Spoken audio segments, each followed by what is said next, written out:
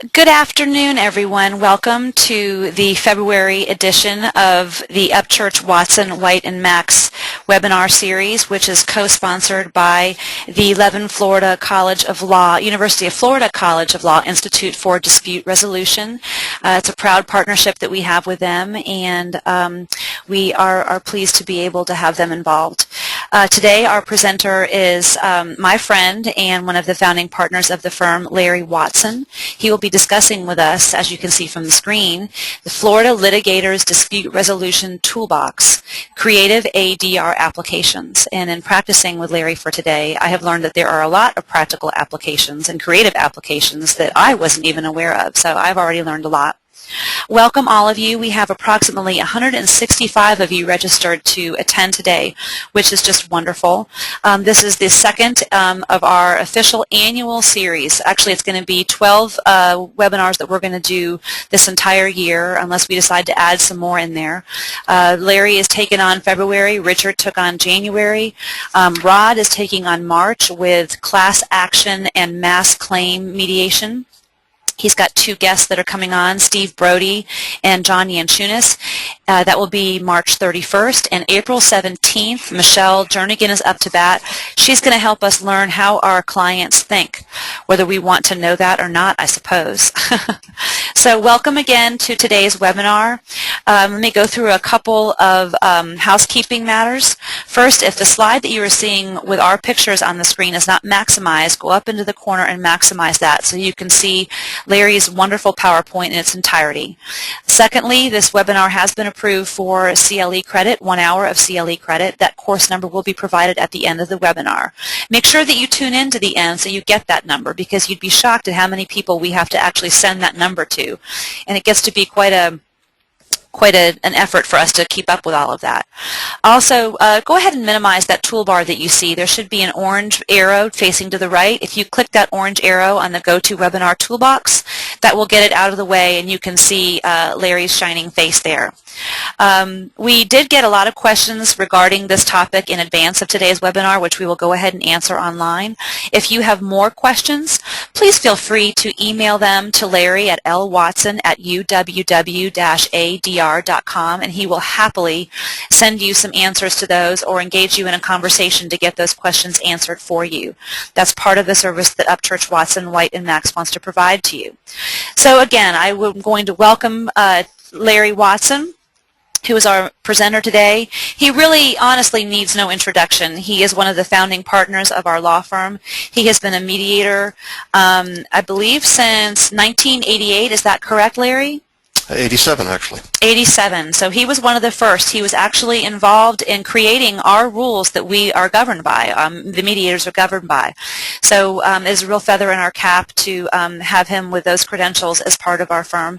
And Larry, without further ado, I know you have a lot of content today. So I'm going to go ahead and turn it over to you so you can tell us a little bit about our dispute resolution toolbox. Well, thank you, Sandy.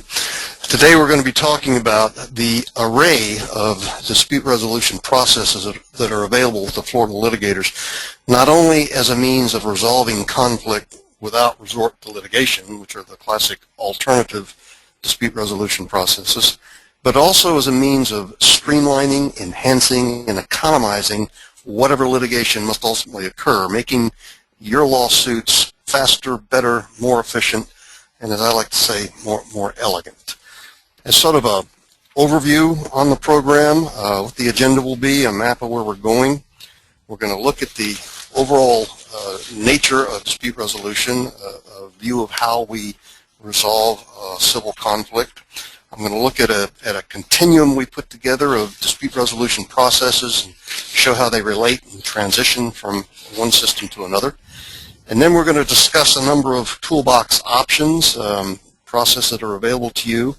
We'll talk about MED-ARB and ARB-MED. We'll talk about early neutral evaluation, non-binding arbitration under 44-103 of the Florida statutes, voluntary trial resolution and binding arbitration under 44-104. And then finally, we're going to get on toward the end of a new process we've sort of been pioneering called mediated case management, which is kind of a combination of all the processes together.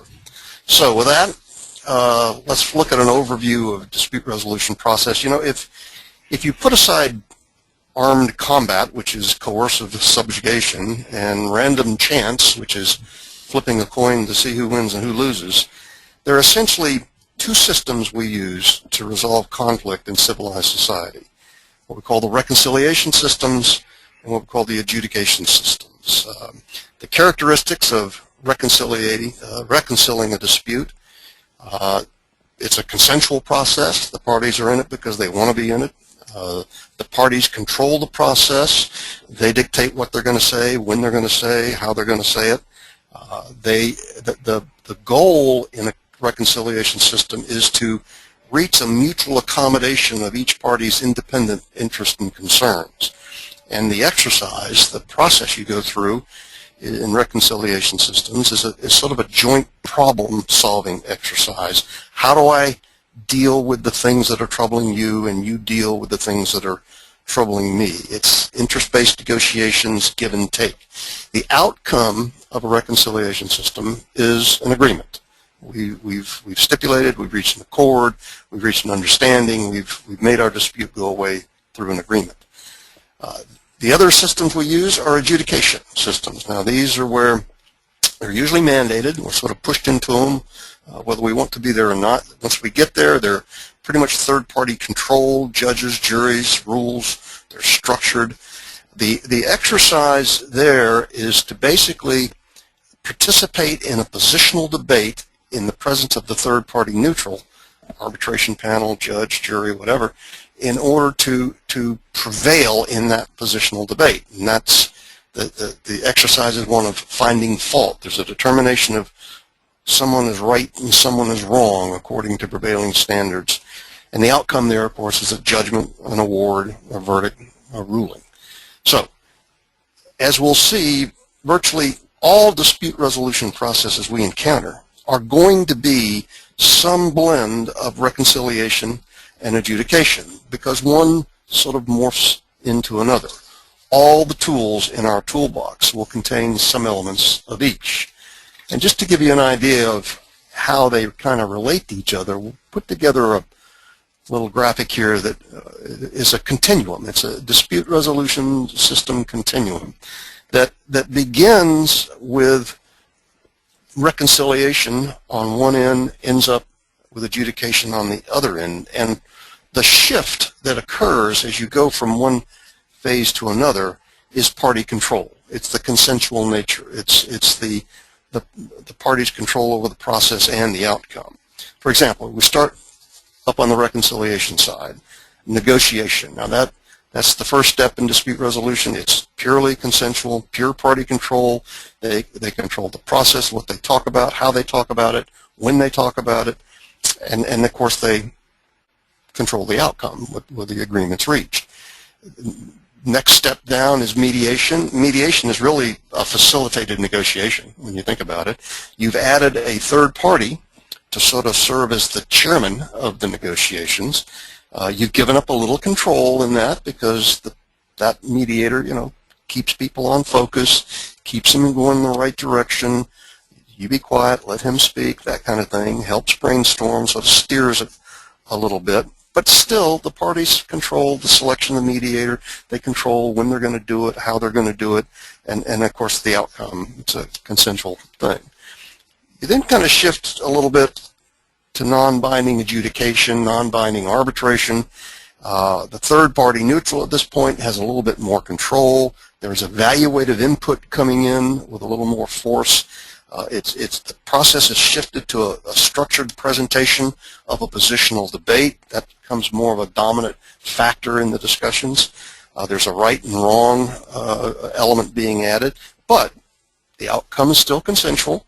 The parties can agree to who the non-binding arbitrator will be or the non-binding adjudicator will be. The parties agree to the process, how the data is to be presented, how the process is to unfold. It's still still on the consensual side.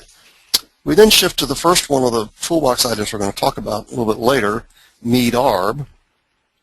This starts as a mediation with someone attempting to facilitate negotiations to reach an agreement, but if the parties don't reach an agreement, the mediator assumes the role of an arbitrator and defines a binding outcome. We're going to talk more about that in the future. It's meet arb. Then there's a line drawn in our continuum, and a fence is crossed, because the next phase, arb meet, starts as an arbitration, which is a pure positional debate presented to the arbitrator. Before the decision is made at the close of the evidence, the arbitrator takes off his arbitration hat, puts on a mediator hat, and attempts to facilitate a settlement. If he's unsuccessful, okay, goes ahead and announces the award. So you're now more on the adjudication side. You're now more in the positional debate. That then takes us, but again, there's some control, because the parties control the selection of the arbitrator/mediator. They control the process, how the evidence is to be presented, the timing you do it, and that kind of thing. You move into arbitration. This is purely an adjudication process. The parties do have some control, though. They can pick the arbitrator. They can pick the rules we're going to go with. They can pick timing usually. They have a lot more control than they would in pure litigation, but this now produces a binding outcome and a right and wrong determination.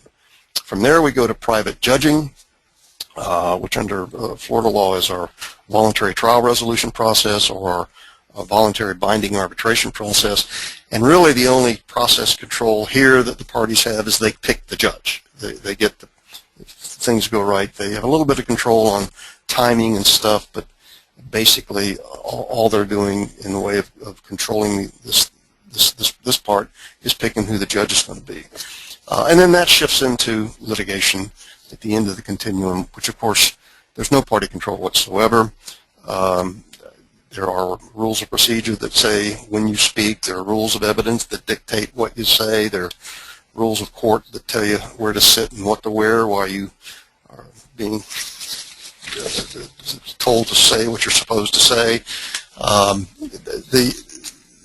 The party control over the process is really limited to picking the ballpoint pen you're going to use to pay for it.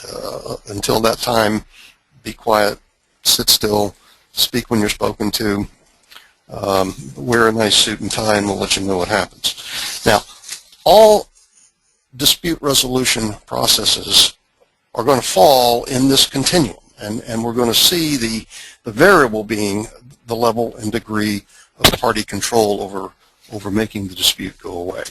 So, with that said, let's talk about the first of our toolbox options, arb meet and meet arb. Now, arb meet, meet arb, I should get first, it starts as a mediation with facilitated settlement negotiations. If the parties don't reach an agreement, the mediator assumes the role of arbitrator and defines a binding outcome. This process is being used, believe it or not, in South Florida a little bit. There's a group of mediators/arbitrators in Brevard County that are doing it. Hadn't been used a whole lot, though, in Florida. Arb meet, the other side of the line we talked about, we start as an arbitration, but before the award is announced at the close of evidence, the arbitrator turns to a mediator and attempts to facilitate a judgment. So if there's no agreement, the award is published. Again, it's not done as much, but it's got a role. Now, a couple of points on each of these tools if you choose to use them. Starting with the meet arb, starting as a mediator that goes into an arbitration. It's important, if you implement this tool, to decide and agree when you're going to use the process. In other words, it can be done before the event. If the decision is made from the beginning, before we hire anybody, before we bring in, we're going to try to resolve this dispute through a meet arb process. Agreed. You can do that, but if you do, you need to be careful that you don't adversely impact the mediation process that goes with it, because when you are in a mediation environment and you're in caucus with the mediator, and the parties all know this mediator may ultimately become an arbitrator and decide an outcome for us here, that tends to be a little defensive in the caucus session, a little bit less than forthcoming. We don't really do the full exploration of interest and concern that we need to do. We're being guarded because we know the mediator may become an arbitrator. On the other hand, If you decide to use this process after the mediation is underway, we started a mediation without knowing we're going to do this, but we decided to do it as we got toward the end of the mediation session and it looked like it isn't going to work and we're approaching impasse and we don't want this to go on. Let's let the mediator decide. You will probably get a pure mediation. And in fact, there are a lot of mediators, that, including myself, that use as a mediation technique the notion of the mediator putting in at least an optional resolution to the dispute at the end of the day. I call it the silver bullet, and I have a whole elaborate process for presenting it. A lot of other mediators call it the mediator-suggested settlement, where you say, look, this is how I settle the case. You feed the people that the outcome in that fashion. By then, however, you've evaluated the mediator's performance. You've the client, you feel some trust in the judgment, some trust in the fact that the problem is understood and that all sides of the issue have been seen, and you might be a little bit more comfortable with allowing the process to go into an arbitration or allowing the mediator to make a determination at that point. If you do that, you need to remember that's going to be an end game for the mediator. Once he puts his suggested resolution in it, or it's over for him. He's now got a dog in the hunt and really shouldn't be mediating anymore. You also need to be extremely careful about picking the people you use for this. You want to get someone whose judgment you would trust and who has at least some subject matter expertise to understand the problem. The second point you need to remember when you do a med-arb, and you get to the end of the trail and the mediator turns arbitrator and gives you a decision, what do you want the decision to be? Do you want the decision to be a settlement number, a number that the mediator turned arbitrator feels is a fair and rational settlement reflecting a joint accommodation of interest and concerns? Or do you want the number to be an adjudication, an award, a determination of who's right and who's wrong? When I do what I call the silver bullet process to break impasse in mediations, I usually say I'm going to announce the award or my suggested outcome, my silver bullet, to each of you privately. If I get 2 yeses, we got a deal. If I get either side says no, we don't have the deal, but whoever said no wouldn't be told what the other side would have done. And that way, it's an optional thing. It's not a mandated thing, which is a different variation of classic med-arb, and it gives our parties a chance to blink without being seen. Now, the number I use that I announce up front in this question of what you want the decision to be is I tell them I'm going to come up with an equal pain number. I'm going to come up with a number or a resolution that I'm convinced both of you will find equally difficult to accept. However uncomfortable my suggested resolution might be, please be assured the other side has experienced the exact same degree of discomfort. It's an equal pain number. There are a lot of different variations of that. Arb-med, if we start as an arbitration, we go into mediation. And if we're unsuccessful, the award is announced. There was a great dispute resolution and jurist in Houston, Texas. His name was Tom Arnold. He kind of developed this process to a height. He called it cigar box arbitration. Mr. Arnold would, or Judge Arnold would listen to the arbitration, and then he'd make an elaborate process of writing out an award on a piece of paper. He'd fold up the paper and put it in a cigar box. And he put a rubber band around the cigar box and tuck that under his arm, and then he'd take the parties into a caucus and start trying to facilitate a settlement. And of course, the implicit message, if not direct message, was, do you want me to open this box? If I open the cigar box, one of you is going to be unhappy. Do you really, really want me to open this box? And that usually prompted some good settlements, particularly if it was a close case. If you do an Arb-med, the decision should be an award. The consequence of not settling should be, it seems to me, or as a motivation to push the settlement, should be that what's in that cigar box is a right and wrong determination, not a compromise number. So those are those two. You can certainly use them if you want, available to you. The next tool we're going to talk about is early neutral evaluation, which is a true blend of adjudication and reconciliation. This is a process that was kind of pioneered by the Federal District Court for the Northern District of California, and they started doing this back in the early 80s, actually before mediation came into vogue around the country. It's a pretrial ADR procedure. It's usually undertaken after the lawsuit is filed but before the case is tried. Basically, the parties and counsel appear before a jointly selected or court-appointed neutral evaluator, and they obtain a non-binding neutral evaluation of the case. They pitch the case in summary form and get feedback on what the evaluation of some of the claims and defenses would be. This is non-binding, and from there, they can take that data and use it as input to try to settle the case, or use it as input to undergo a better lawsuit, case management purposes. The way it operates, it's critical that you select the right evaluator. That's a key step. That's usually a joint decision. And Northern District of California has some pretty high criteria. They want 15 years of general trial experience. They want some federal district court trial experience included in that. And plus, they're looking for some sort of substantive expertise on the matter in dispute. There is usually a mandated pre-session conference where we set the procedural rules for how we're going to do the presentation to the evaluator, timing, who the attendees, the manner of presentations, and that sort of thing.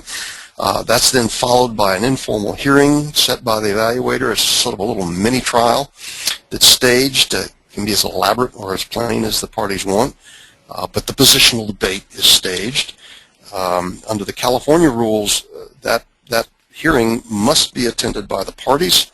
It must be attended by trial counsel, and if there's an insurance carrier involved, it must be attended by the insurance carrier, and everybody has to come with authority. The evaluator then announces his decision. This is how I've evaluated your claim and your defenses, and from that point, the parties have a choice. They can accept the evaluation, strike a deal with direct negotiation, and go home. They can use the evaluator to facilitate a mediated settlement, go home. They can use the evaluator and the evaluation process to refine the issues and develop a more focused trial preparation. They call it in California getting to the center of the case, which we're going to visit again in a few minutes. Or they can ignore the whole thing and go to trial, put it aside. Larry, can I ask a question real quick? Yeah. In your experience, what types of cases lend themselves best to this early neutral evaluation process? Is there one type that you would suggest is better suited for this, or is it just sort of generally any sort of civil matter? Yeah, the cases with sharply divided party evaluations where their parties are in need of a reality check. Okay. Cases that involve a lot of technical issues where it would help to have benefit from an evaluator with some subject matter expertise. Cases that are going to take extensive pretrial preparation where there's a big difficult proof case and it's got heavy expert input. There's going to be a big learning curve to get the judge and the jury together. These all benefit from issue refinement features and the evaluation of the adjudicative input aspect to early neutral evaluation. I don't know that you could use these necessarily for multi-party cases, big, large construction cases, for example, but you could break off bits and pieces of them. They have also found that these cases are becoming quite vogue in a lot of areas with family law. Minnesota, for example, has been using E&E in child custody and dissolution cases. They use a male-female team of evaluators, and they're reporting like a 70% success rate in those sorts of cases. That's fascinating. I can see that working in that scenario for sure. Well, some people, need to be told what to do, in a sense, and need that kind of guidance. They don't want to own the decision, but they do want to make the concession. They do want to give up the argument. They do want the argument to be done. They just don't want to be the one that dictates what happens, and it's nice to have the third party input. Okay, thank you. It's an informed, neutral, adjudicatory input that comes early in the process. The credibility of the evaluator is critical. You can go to the U.S. District Court website in California, California Northern District, uscourts.gov. Wayne Brazel has written a book called Early Neutral Evaluation with the ABA Section Dispute Resolution. It's 2012. You can get that through their website. It's a good process, and it's one that may be getting some attention here in Florida in the near future. All right, our next tool is actually the closest thing we've sort of got to early neutral evaluation, which is non-binding arbitration. This is another blend of reconciliation and adjudication. It's not used all that much, although it's available under Florida statutes at 44-103. It was adopted the same time we adopted the mediation law in Florida. It's an adjudication process, positional debate stage in front of a third-party neutral. There is a right-wrong decision made. Depending on whether it's agreed to or whether it's ordered by the court, the parties have more control over some of the process, and of course, in the final analysis, they have a control over the outcome. As I said, there are two ways to get there. You can just stipulate, I'm going to do this, we're going to agree to it, or the court can order it. When the parties agree to the process, they can decide what procedure rules they want to use to lay out the positional debate from the arbitrator. They can pick the arbitrator or an arbitration panel. They can pick when they want to do it, the nature of the evidence, affidavit, direct testimony, how they want to produce the evidence. And then, of course, they have the right to accept or reject the award. If the court orders the process, and I will tell you up front, I have been in one case where the courts ordered this process and they immediately came back to mediation on their own. I haven't seen one yet, but if the court does order the process, the parties lose a little bit of control in that the Florida Rules of Civil Procedure are going to apply, and Rule 1.820 sort of defines the hearing procedure. If the parties don't agree on the arbitrator, the court can select one. The court can order the time frame. Usually, I think the statute requires it has to be completed 30 days from the time it's ordered, and the award has to be issued within 10 days after the procedure's finished. Evidence is informal, primarily through argument of counsel, affidavits, etc.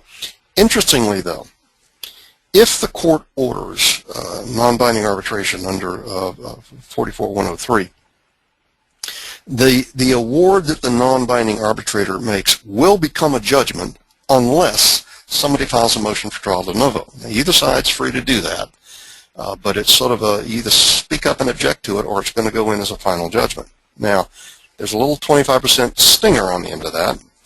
If the trial de novo or the motion for trial de novo is filed by the plaintiff and the verdict that happens at trial comes in at an amount that's 25% or more less than what the award would have been, the plaintiff has to pay the defense legal fees and the cost incurred after the award, which could be substantial. If the trial de novo is requested by the defendant and the trial verdict comes in at 25% or more greater than the award, the defendant pays the plaintiff's legal fees. So there's a little, when the court orders it, there's a little sting on rejecting it, although it's still called non-binding arbitration. So that operates similar to the offer of judgment provisions that we're all familiar with. Except there hasn't been enough case law under 44-103 to confuse what the offer of judgment says. Okay. They haven't yet had all the interpretations that offer of judgment statutes have had, which have, effectively diluted the impact of that whole thing. But no, it's pretty cut dry at this point. Overall, what non-binding arbitration does is it sort of gives the parties a chance to peek over the fence, look at the possible outcomes of a fairly elaborate adjudication process. It's a good evaluation tool. Now, the downside to it, it can be expensive if it's not controlled, because you're effectively trying the case 2 times if it doesn't work. There's a lot of risks you can play with non-binding arbitration to sort of adjust the outcome a little bit, side deals you can make. I've seen parties use this process and come out with a high-low deal, where if the final outcome, they negotiate a high and a low. If the final outcome from the non-binding arbitration is more than the high, the plaintiff has the option of, or the defendant has the option of paying the high, the cap, and walking out. If the non-binding arbitration award comes back lower than the pre-negotiated low, the plaintiff has the option of saying, well, I'm going to take the low and end it right then and there. So you can, if you stipulate to do this, you can put risks on the outcome that might make it more interesting, more palatable. Moving on down our continuum, we now get into what I call the private judging dispute resolution processes under 44-104, the Florida statutes, which is voluntary trial resolution and voluntary binding arbitration. This, again, moving much closer now to the pure adjudication side, the major benefit you have, or the major bit of party control that's remaining in these 2 processes, is the selection of the judge you're going to use, the selection of the arbitrator you're going to use. It's really just a trial with a party-selected adjudicator, and that either is a trial resolution judge or an arbitration panel. You might have a little control over timing, i.e. when you do it and how you do it. If you have a cooperative arbitrator or a voluntary trial judge, you can control your selection, but if you don't, if you control the selection, he's going to be there has to be an appointment within 10 days after the petition's filed. One thing about this process, these 2 processes, the parties must agree to these in writing up front. The only way voluntary trial resolution can happen, the only way voluntary binding arbitration can happen, is if the parties sign an agreement saying this is the way we will resolve our dispute. And they can agree, interestingly, after a lawsuit is filed. We file a complaint with the clerk of the court, and we start the process, and at that point we stipulate and agree to VTR or voluntary binding arbitration. Or they can agree to do it before a lawsuit's filed, and you file an original filing with the clerk of the circuit court saying you want to implement a VTR process or a voluntary binding arbitration process. Either way, of course, you've told the statute of limitations. If you stipulate, or if you file a petition with the clerk saying I want to do VTR and voluntary binding arbitration, either one, they create a separate file and hold the proceedings in that.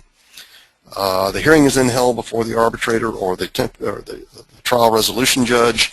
Evidence code applies to both procedures. Once the arbitration award is entered or the voluntary trial judge verdict is entered, it's converted to and enforced as a final judgment. If you initiated these processes after the complaint's filed, the circuit judge who drew the case converts it to a final judgment. If you initiated these procedures originally with the clerk of the court, the chief judge of the circuit turns it into a judgment at the side. Couple of little points about them. On voluntary binding arbitration, little wrinkle here. The arbitrators you pick must be, quote, certified by the Florida Supreme Court under 44-106. We don't really have a certification process in place yet in Florida. We spent a lot of time developing certification processes for mediators, but we don't seem to have one in place quite yet for arbitrators, but you can waive it and proceed accordingly. Under voluntary binding arbitration, the Florida Rules of Civil Procedure 1.830 sort of governs the the hearing procedures, and your appeal under a voluntary binding arbitration is somewhat limited. You appeal the award made by the certified arbitrator to the circuit court or the chief judge of the circuit. But you can only raise three things on the appeal with the circuit court. One, that the arbitrator deviated from the rule of procedure or evidence in rendering his award, which, by the way, speaks heavily to creating a record if you do a voluntary binding arbitration. The rule recommends it, and I would suggest you probably should. It's a cost factor, but it is going to be a final binding determination, and if you're not going to be able to appeal much without a record, if you're contending there's a deviation from the rule of procedure or evidence. The second ground for appealing it is if the arbitrator committed misconduct, fraud, or collusion, or whatever. And the third basis to appeal it is if the arbitrator's award turns out to be unconstitutional under Florida law. Important thing to remember is that once you go through voluntary binding arbitration, there is no trial de novo. You're not going to get to try the case over again. You've got to establish one of those three processes on appeal, in which case it goes back for another whack. Involuntary trial resolution, you don't need a certified trial resolution. You need a 5-year Florida bar attorney. A little history on the act, the intent at the time this thing was adopted was that the senior judges would be the logical choice to be trial resolution judges. The verdict is converted to a final judgment, again by the chief judge or by the circuit judge to which the case was assigned, and the final judgment is then appealable directly to the District Court of Appeal, just like any other appeal would be. However, there is no appeal of factual findings by the trial resolution judge. Only legal points can be appealed. So those are those two tools in the toolbox. And now for the time remaining here, we're going to talk a little bit about a new concept that we've been playing with for the past several years called mediated case management. This is sort of a blend of everything.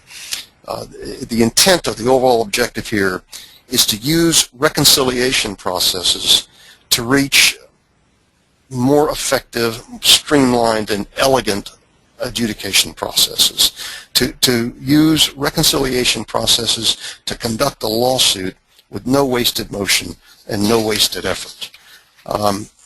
Mediated case management is what we call it.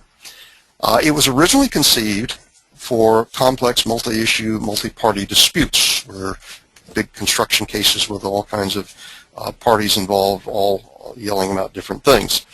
However, the components to mediated case management, the individual pieces that we are going to be talking about, can be used in single-issue, limited party suits. You don't have to have the big elaborate mediated case management scheme we're going to talk about. You can break it down and use little pieces of it. We're going to be talking about, though, assuming we have a large, complex, multi-party case, but again, you can break down the pieces.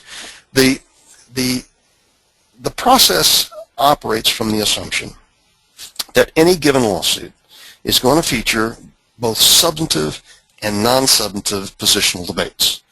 The positional debates that are substantive deal with the ultimate issues of the case. The positional debates that are non-substantive deal with the way we're going to be arguing about the substantive issues. When we're going to argue, where we're going to argue, what we'll argue about, what data we can look at before we have our argument, who's going to argue. They're the procedural issues, the discovery issues that I call process debate. Now they can be important. I'm not belittling them, but they're rarely determinative. Process debates don't ever really decide the case. The problem is they end up dominating the litigation scene, particularly multi-party big issue cases. They tie up the party's focus, the energies, the resources, the litigation dollars. They distract the court's attention and time. They prolong adversarial transactions between counsel. They just pour gas on that fire immersively. And what mediated case management does is say, let's set aside these process debates. Let's defer them. Let's don't focus on them right now. Instead, let's look at dealing with and resolving the substantive issues first, to see if we can get the information we need to look at and confront the substantive issues, enable settlement early, not late. And the way we do that is through a dual-track program of adjudication and reconciliation programs sort of run concurrently. We're going to prioritize what we need to do to get ready for the trial of this case. We're going to prioritize our litigation, our adjudication activities, in order to enhance the potential for settling the case early. And through a facilitated issue refinement, let's find out what's the center of the case. What is the fundamental issue here? What are the fundamental issues here? And what do we really need to know to deal with those issues? What factual information, what legal information do we have to shed light on that? And let's develop and agree to a case management plan that prioritizes our litigation activities to get whatever information we need to settle the case first. And we'll reserve the rest for later if necessary. This means get the factual information discovery early that we need to settle, get the legal input, the motion practice, the legal determinations we need early, and let's just mediate the conduct of this lawsuit. That's what it's all about. And the way it works, early in the case, counsel and the parties meet with a mediator. Now, if you have a bigger case, you need to negotiate overall accords on how you're going to run this lawsuit.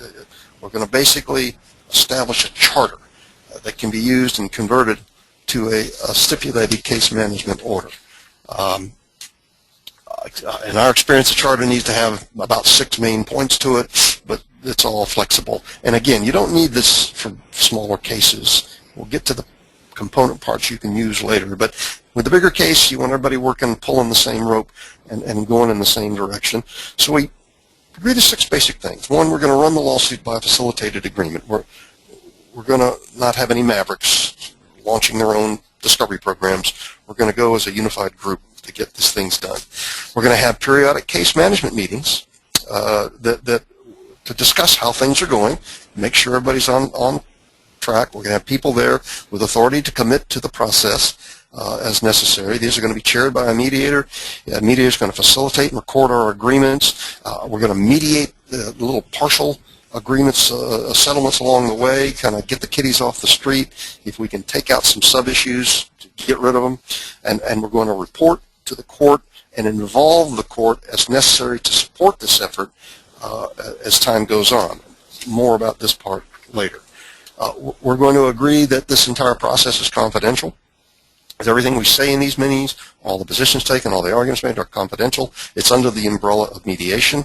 The only thing that's not, that comes out, are the commitments we make to how we're going to proceed, and, of course, any discovery generated under oath that is part of what we do. I like to put a termination clause in this thing to say anybody that doesn't like the way it's working, anybody that doesn't like the way that things are happening, you get to bow out. Just file a petition and drop out, however you want to do it. The case management agreements that we reach are going to become stipulated case management orders, and you're not going to deviate without permission from the court or agreeing with everybody else, and the court is going to basically enforce the case management orders. All right, so we put the charter in place. How does this thing operate? How do you make it work? There's an initial mediation session held, and the focus isn't so much on settling anything as much as it is issue refinement. Let's figure out what we're really arguing about here, and let's develop a working statement of key issues, a working list of key issues, the factual issues that are the center of the case, the legal issues that are the center of the case. Now, in my experience of doing this for 30-some years, a working list of key issues in a lawsuit is a bit of a misnomer, because most cases can really be boiled down. It's not much of a list. It's 1, 2, maybe 3 things that really, really matter. If you just keep asking the question, what difference does that make? Is that redundant? What are the recoverable damages associated with that theory? Why are we arguing about that? And keep driving and driving deeper into it, you get to that list and get to those working key issues, both substantive factual issues and substantive legal issues, pretty quickly. Once you've developed that, now the next step is, all right, let's prioritize them. If we discover that A never happened, then we don't need to worry about B or C, right? So this seems like sort of a threshold issue here. Let's get this one out of the way. And if A turns out is time barred, then we don't need to worry about Q or R. Again, what difference does it make is still a good question. But once we get a list of a sort of an agreed, okay, operating list, prioritized issues, now the question is, what do we really need to know? What are the things we need to find out to shed more light on those? If we're going to try to settle those, where are the differences, and what information can we generate to help resolve those differences? And we develop a plan to develop the necessary data on those issues. And we can do a little tit-for-tat bargaining here. I'll produce A if you give me your B, and sure, I'll get a guy to do this, but you got to take care of that. But the end result is to get a cooperative, focused, orderly, cost-effective adjudication process in place to get to the key issues. Now, what are some of the things we can do? Well, on issues of fact, we could define and schedule mutually agreeable joint discovery investigative programs. We're focused again on getting what we need to settle. We'll come back later for the rest. Voluntary document exchange. We can do rifle shot Rule 30b-6 depositions. We can do cooperative audits, cost validation procedures. We can do joint site visits. We can do testing, inspections. I had a great case involving a golf course operated by a municipality that was also supposed to be a land spreading case, and they needed to dispose of about 1 million gallons a day or something of tertiary treated effluent, and they built a big elaborate irrigation system for the golf course and the adjoining orange grove, and for some reason it just didn't work right. It all blew up, and the golfers were slogging through some very unpleasant material headed towards the 18th hole. Big lawsuit jumps out, engineers, architects, contractors. We got into a mediated case management thing. We sort of pinned down that nobody really understood why this thing didn't work. What was wrong? Was it design? Was it construction? What was it? We ended up hiring an expert jointly to come in, do a joint site testing, inspection, find out, tell us just give us a neutral evaluation of what's going on here. And this guy came down from Atlanta. He spent a week piddling around, changing nozzles and adjusting hoses and things. And he fixed the system. He got the thing working. It was disposing 1 million gallons a day. The course wasn't flooded. Everything was working fine. And the lawsuit kind of dried up. Now, that's a rather extreme case, but mediated case management took us to that point. Larry, when you and I were preparing for this, we talked about the concept of little mini mediations. Is this the area we were talking about this, where you said, let's talk about the balconies and the patios, and let's mediate that issue, and let's talk about the flooring and this little mini mediation. I just loved that concept. Well, toward the later on, this comes up in the presentation, but you do want to set a global end date, a grand end date for the final mediation that we're going to try to settle the entire case. But along the way, particularly in construction cases or cases where you have separate and distinct issues, balconies, windows, and doors, foundation, roof, component issues, you can gather the information you need for those relatively quickly, take just the parties that are involved in that dispute aside, and run little mini mediations to knock the kiddies off the street, I call it, and get them set down. They can either be done on a global basis, saying, okay, you're done, it's final, we never see you again, or on a contingent basis. I'll take that settlement contingent upon a global settlement on everything else, but you just sort of chip away at the dispute and knock it down. You can also determine data on key issues of law, and this is kind of exciting. Different ways you can, if you find that a legal issue becomes one of the centers of the case. I've seen work where you just exchange briefs and mediate things. And okay, we know now, we've been through this issue refinement, we see that's more important than we thought it was, let's look at the law, come back and talk about it as a group.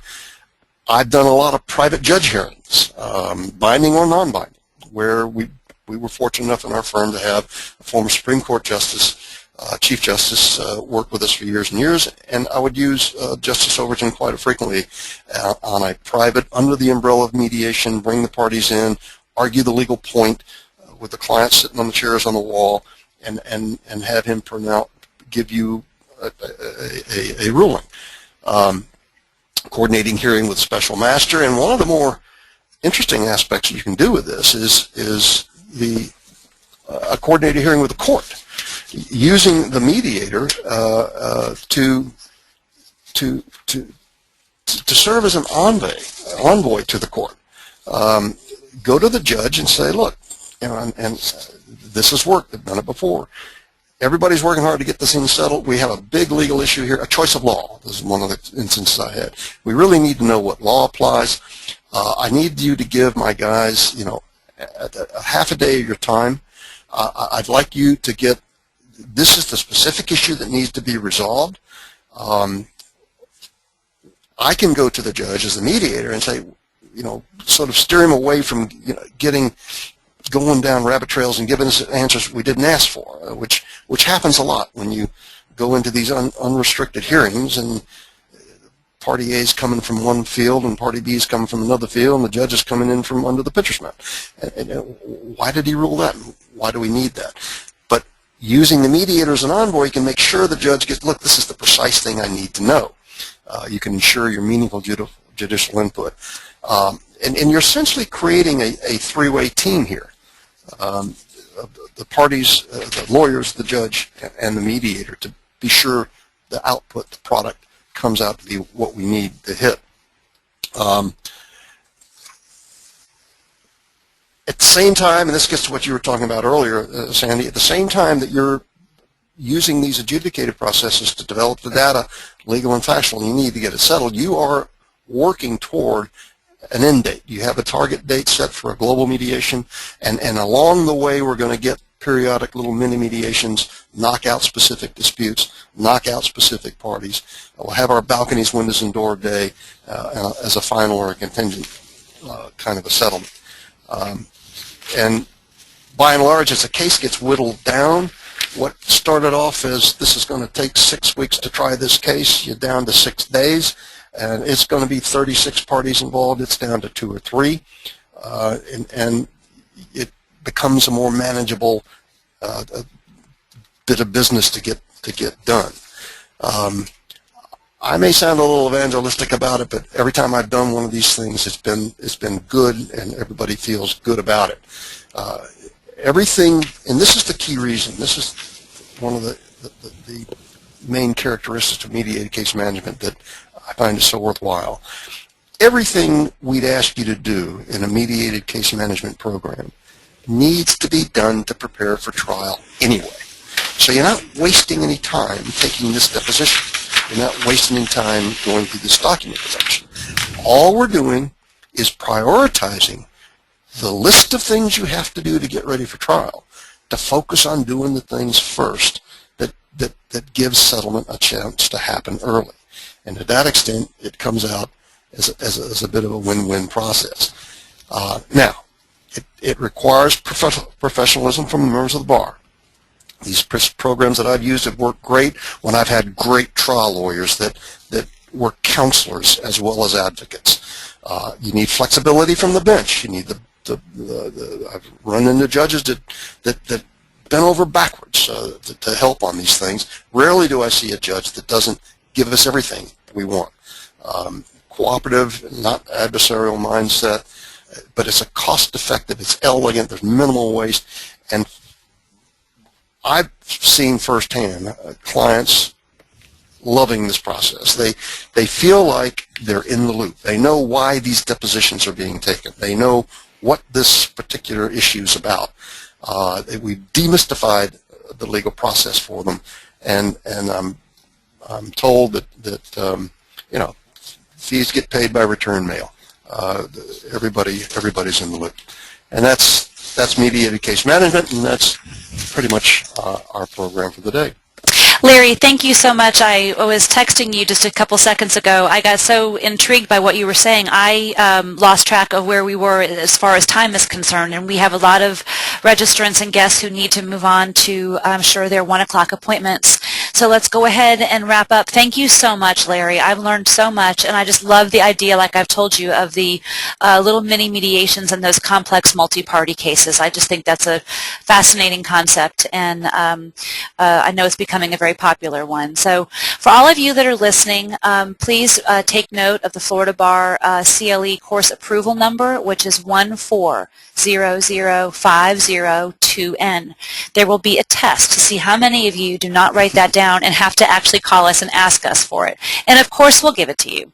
Also, for any of you all that have colleagues that you think might be interested in listening to this webinar that Larry has put on today, it will be posted very shortly on our website for free CLE that will be good for the next year, along with Richard's from last month and a host of other webinars we've given in the past. So please take advantage of those and pass those on for free CLE credits to your colleagues and friends. From Upchurch, Watson, White, and Max, and the University of Florida Levin College of Law Institute for Dispute Resolution, I want to thank all of you for attending and registering today for Larry's webinar. We appreciate it. Look for Rod Max's webinar on March 31st. Look for Michelle Jernigan's on April 17th. And from all of us at Upchurch, Watson, White, to all of you, we say ciao for now, and we will see you on March 31st. Thank you.